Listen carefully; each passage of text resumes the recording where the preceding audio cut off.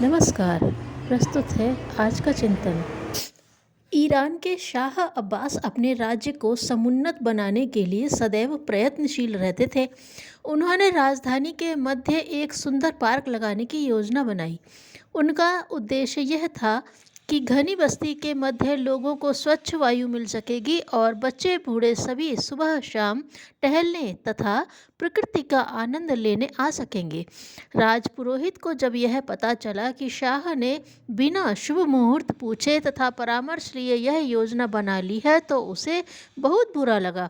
वह शाह की सेवा में उपस्थित हुआ और निवेदन किया, राज्य की जनता आपकी योजनाओं का स्वागत करती है, पर यदि आपने बिना शुभ मुहूर्त के पार्क लगवाया तो पौधों के बढ़ने की बात तो दूर, उसमें घास तक न उगेगी। शाह घबरा गए। उन्होंने कहा, अभी भी कुछ बिगड़ा नहीं है, केवल योजना ही बनाई है, जमीन तय की गई है और उसके चारों ओर दीवार बनाने का काम शुरू हुआ है। पुरोहित ने सूरज डूबने से पहले पौधे लगाने की सलाह दी और कहा, शाह, यदि आपने मुहूर्त से काम किया तो पौधे खूब बढ़ेंगे और कयामत की आंधी भी उनका कुछ न बिगाड़ सकेगी।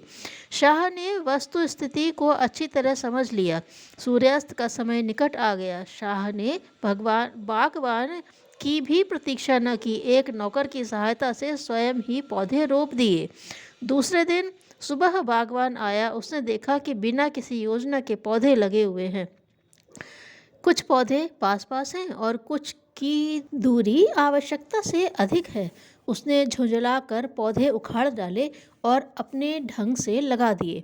राजपुरोहित को यह पता चला तो उसने अपना अपमान समझकर शाह के खूब कान भरे, छोटी सच्ची बातें मिलाकर कहीं। बदला लेने का उसने अच्छा अवसर समझा। बागवान को राज दरबार में उपस्थित होना पड़ा। पुरोहित पहले से ही आग बबूला था। शाह का रुख अपनी ओर अनुकूल जानकर पुरोहित ने बागवान को डांटते हुए कहा, मूर्ख, क्या तुझे यह भी नहीं मालूम कि यह पौधे शाह के हाथों द्वारा शुभ मुहूर्त में लगाए गए थे? फिर तुमने इन पौधों को उखाड़ने का दुस्साहस कैसे किया? बागवान डर गया, क्योंकि सचमुच उससे अनजाने में यह गलती हुई थी, पर उसे नहीं मालूम था कि शाह ने जल्दीबाजी में यह पौधे लगाए हैं। वह एक क्षण के लिए किंग कर्तव्य विमूढ़ हो गया, पर दूसरे ही क्षण साहस बटोर कर पुरोहित ने कहा, मैं तो यह पूछना चाहता हूँ कि यदि आपने इन पौधों को ऐसे मुहूर्त में लगवाया था कि कयामत की आंधी न उखाड़ सके, फिर क्षण भर में यह भूमि से अलग कैसे हो गए? मैं कयामत से अधिक शक्तिशाली तो नहीं हूँ। बागवान के इस तर्क ने शाह के मन को मोह लिया, पर पुरोहित की ऐसी स्थिति हो गई कि वह अपने मुंह से एक बात भी न कह सका।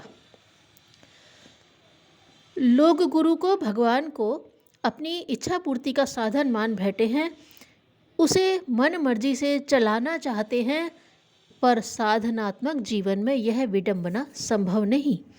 इसकी शुरुआत ही सद्गुरु में अपनी समस्त इच्छाएं विसर्जित करने से होती है। तपस्वी जीवन पद्धति को अपनाकर किया गया अध्ययन विद्या को जन्म देता है। उससे ज्ञान की उपलब्धि होती है। तप के अभाव में किया हुआ अध्ययन शिक्षा बनकर रह जाता है। उससे केवल जानकारियां भर मिलती हैं। धन्यवाद।